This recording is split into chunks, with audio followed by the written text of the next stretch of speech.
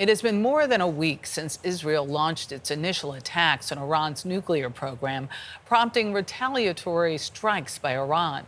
As the world waits to see if the violence escalates further, many are trying to flee the Middle East.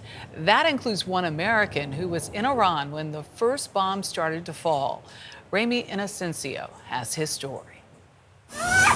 Toasting with champagne, Ian Anderson's intercontinental biking adventure kicked off on Portugal's Atlantic coast in February. His plan, 10 months across 10,000 miles to Japan.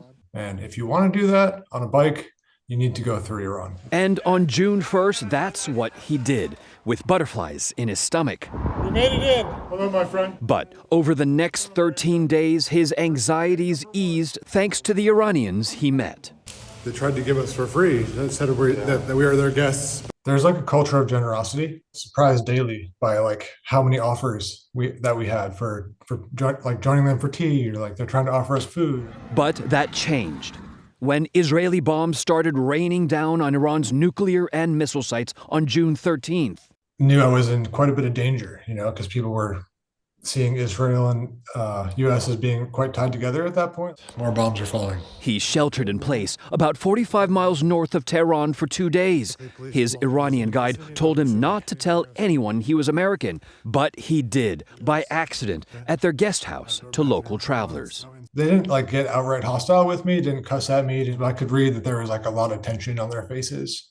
And they weren't happy at the fact that they were having to share a hotel with that American was there. Sunday morning, he heard a bomb. The same day, the State Department sent an email with options on how to get out of the country. That was an 8-hour car ride north around the Caspian Sea to Azerbaijan. They saw traffic streaming from Tehran, long lines at fuel stations, and military checkpoints. Reza, my guy, had told me that he can no longer protect me, and that really rattled me. He's like, all right, this is it. You're in quite a bit of danger here, because I can't, if we're stopped and the police suspect you of something, there's nothing I can do. Here we are in Azerbaijan. But he made it out, and thanks his guide for his life. And I would have understood if he wanted to go home and be with his family, but he never did. He saw it all the way through, and he took me all the way to the border, and probably wouldn't be here talking to you if it wasn't for him.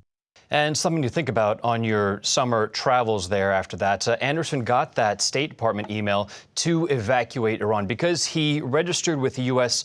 STEP program, and this stands for Smart Traveler Enrollment Program. This is a program that's free. Basically, you pop in your destinations and the dates of travel, and then you get country-specific notifications as you move based on that. And as we saw, it helped him get out fast, and potentially it saved his life. Dana. Yeah, and amazing. One man made such a difference there, especially by staying with him, that guy. I was thinking, I'm sure it changed his whole thought process about what Iran was and the people who live there. Yeah, Ramy, thank you. Great story.